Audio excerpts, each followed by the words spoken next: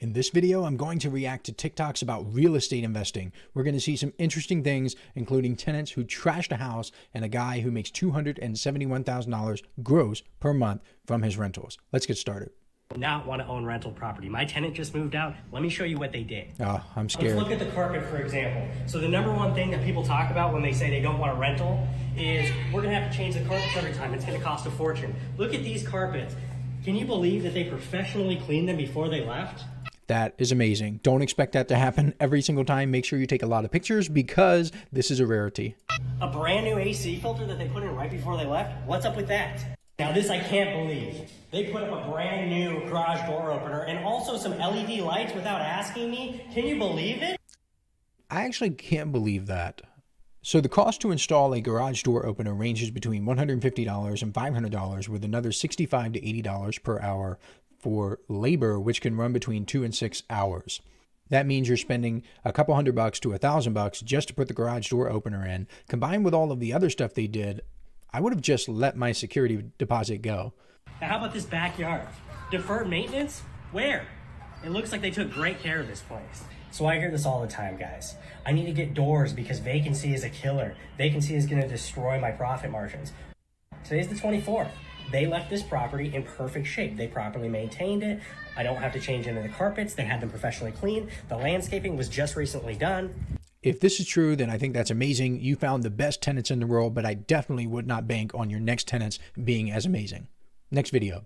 This is how much rent I collect every single month on my 271 rental properties. Two quick things. This is gross rent collected, not net income. And I appreciate that because there are so many people on the internet saying, I make $10 bajillion per month, but it's revenue and they have a 1% profit margin and they're just lying to you. Also, I bought all this without using any of my own money. There's the rental income column of my rental portfolio tracker. As I scroll down, these are all rents I'm collecting on houses. Those are actually pretty good rents. $1,095, $1,100, $995, $900. I lived in an apartment many years ago, and it was a small 2-bedroom apartment, and I was paying $1,300 per month. Let me look up what the average rent in America is. Give me a second. So the average rent for an apartment in the United States is $1,702. The cost of rent varies depending on several factors, including location, size, and quality. It looks like the most expensive state for rent in the United States is California. The cheapest state for rent in the United States is West Virginia. Interesting. I wonder where this guy is. Every single month. We'll get down to some apartment complexes here momentarily, and then we'll see the total of $271,000 a month. This is how... That's amazing. Good for you. $271,000 per month. That's just accumulating and paying down your mortgages and just appreciating over time. That is incredible. Kudos to this guy. I love it. If I could go back to 20 years ago, there is one major thing I would have done differently. I bought my first house at 22 years old. I thought I was killing it because I was told that your home is the greatest investment you can ever make. Lots of people get told that. Get a job, buy a house, build equity. It's an investment. I own a house, but I wouldn't necessarily consider it an investment. Now that I'm 40 and our company owns over 8,000 units of storage and multifamily, I definitely wouldn't have bought that house. I would have totally skipped it. Instead, I would have bought a 4-unit apartment, not 5, because anything over 4 units is considered commercial. That's so true. If you keep it below that, you can qualify for first-time home buying programs, like an FHA loan. It allows you to put as little as 3.5% down. I would have used other tenants' income to help me qualify, and I would have other people help me pay my mortgage, either a portion of it or entirely. You have to live in it for a year, too easy. Then I would have moved out and boom, had my first cash flowing asset. If I could... I agree. I actually share this regret. I wish I did that. I was talking to a financial advisor. My business helps financial advisors. I was talking to him. He's a young guy and he's thinking about getting a house. I said, look, learn from my mistake. Get a 4-plex or a triplex or a duplex. Get something where someone else is contributing to that payment. This is amazing advice. If you're someone who is young and you haven't gotten a house yet, please consider this option. Here's how much I make on 3 quadruplexes.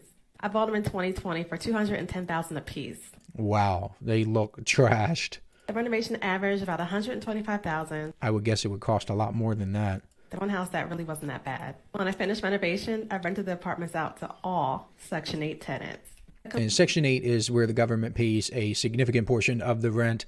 A lot of people consider it safer, but there's also the downside that maybe the tenants would not treat the property as nicely. The combined rent that I'm getting is about $17,000 a month, and the government pays about 75% of that. So with the rents of $17,000, the mortgage about $8,000, Taxes, insurance, and expenses totaling about $4. I cash flow about $5,000 a month.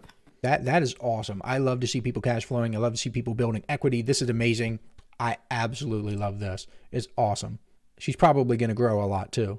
I just evicted my tenants, and this is how they left my property. They ripped I'm off my scared. cabinets, Oh no! Took out the sink. They demoed everything, put everything in the living room, and look, I finally found where my kitchen sink's at. They left all the junky furniture here. Now I had to get rid of this. They took a sledgehammer, and look what they did to my bathroom. That's But they were crazy. kind enough to leave me the toilet, so I could have some deep thoughts. And in case you were wondering what the second bathroom looked like, So I'm starting to think that maybe this isn't how the tenants left the house, but maybe he's demoing it and this is before he's fixing it up. I don't know. How can people do this? Who does this? Show me the person so we can stone them. yeah. They did leave this room a little bit better condition. They left some furniture here, but the floorboards are messed up. And there's a vacuum there and they never use that vacuum. What are you talking about? I guess I need a new AC. Do you think I should take that security deposit? Comment below. I just Y'all, you should take the security deposit for sure. Next video. So if I could go back in time, I would start investing in real estate in one of these two quick ways. The first, house hacking. So instead of buying a single family home as my primary residence, I would buy a 2 to 4 unit multifamily property with 3.5% down on an FHA loan, live in one unit, then rent out the rest. We just talked about this. I totally agree with this. The next way is a HELOC, or what you call a home equity line of credit. Now this is You're losing me. where you borrow money against the equity of your current home. Now you can get a HELOC for up to 90% of the value of your property minus whatever you owe on your first mortgage. Now you can use this money from the HELOC to buy your next rental property. If any of you guys want to So I know that is a perfectly valid investment strategy. There are tons of people who do that where they tap into the equity of their home through a HELOC, then they take the money, they invest it in other properties. I personally, this is just me speaking, I am super conservative. I would not do that. I would not jeopardize my primary residence because I know I need a place to live. There's a sense of confidence and peace and security that comes from knowing that you will always have a place to live as long as you pay your taxes and you have insurance. I would not put my primary residence at risk. I would make sure I lock down my place, then any additional cash that I have coming in, that is what I would use to invest in real estate. My first real estate investment was a single Grant family home. It Cardone. was $78,000. I put $3,000 down. I thought it was a genius move. I used $3,000 to buy $78,000. I don't even see how this can be legal. The biggest mistake I made in real estate was I didn't buy enough real estate. Should have bought more real estate. I should have bought it more aggressively. I should have paid more. Should have bought in better locations because I was thinking too small. I was thinking about the $3,000 I had rather than how could I go raise the money. Look, there's no shortage of money. There's a shortage of creativity and commitment. You got Yep. $1 million properties here. How can I gather some family members and some friends, put 200 grand together and own a piece of real estate that we know is going to be worth more money in the future? Exactly. So I know that Grant can be hit or miss with a lot of his advice, but you can't really argue with his results in real estate. He's raised a ton of money. He's a brilliant marketer. I come from the marketing industry. He is an absolute beast at marketing. And a lot of real estate investors share that regret. They wish they were more aggressive. They wish they did more. They wish they got a bigger property in here. So if you're watching this video and you're thinking about real estate investing, you should probably take this as a sign that you should get serious about this. Buy 10 rental houses before you're 30 years old. If you can buy 10 rental houses before you're 30 and you own those 10 rental houses at the age of 30 and you don't buy another piece of real estate He's saying that like it's super easy. for the next 25 years, when you're 55, more than likely, all of those properties are going to be paid for. And if let's just say you still have a balance on all 10 because you put them on 30-year notes, you can sell off more than likely 2 or 3 and pay the rest off. So now you're sitting there with 7 homes paid for that you have tenants in and you have cash flow coming in every month. So think about that. If you literally had 7 rental properties making you $2,000 a month, that's $14,000 a month. That's called financial freedom. So buy 10. We also just looked at the average rent in America. So for a property to rent for $2,000 per month, it would have to be an above average property. So not only would you have to get 10 rental properties by the time you're 30, you would have to get 10 above average rental properties. And why not 20? Why not 30? Why not 40? If it was that easy, then I would try to get 200 rental properties. Next video. Here's how much I make on the self-storage facility that I own in the Midwest. The Midwest, yes, where sometimes I wish I could live in the Midwest simply because real estate is so much cheaper out there. But let's see what this guy has. It has 36 units, all rent for $85 a month, and is fully occupied. That seems like a great deal. Let me look up what the average self-storage rate is in America. Okay, so it looks like it depends a lot on what you get. So if you get a 5x5, the average price is $55 per month. If you get a 5x10, the average price is $127 per month. If you get a 10x10, the average price is $161 per month. So $85 per month. It looks really cheap.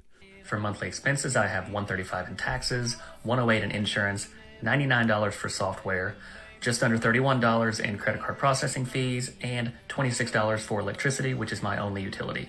There's no employees on site, everything's done through the app, so my monthly expenses come to just under $400. On an annual Wow, basis, that that's brings amazing. my net income to just about $32,000, which equates to an 11% cap rate.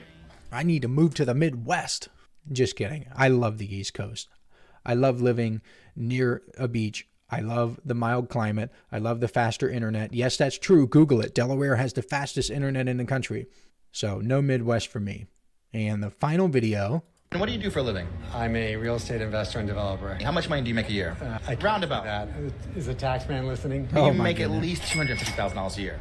Less or more? I think a little bit more. So his reaction to that tells me he makes a lot more. There's a saying that wealth whispers, and I think this guy is a whisperer.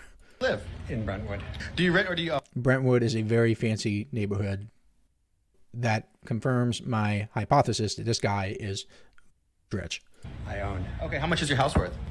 I can't say that. Millions. I'm gonna guess over $3 million. I don't think you can buy anything there for under $3 million. Yo, is such a suave answer. I don't think you can buy anything there for under $3 million. That means my house is worth a lot more. The most overrated luxury brand. Gucci. Yeah, Philip Plain, I agree. I think even this store here, by the way. Bijan? Bijan, yeah. If you could hang out with a rapper for a day, what rapper would it be? Chance. Okay, why Chance? I love his stuff. If you could have all the money in the world or all the power Why didn't he say Moneybag Yo? You know you listen to that, in sir. the world, which one would you choose? Power. Why?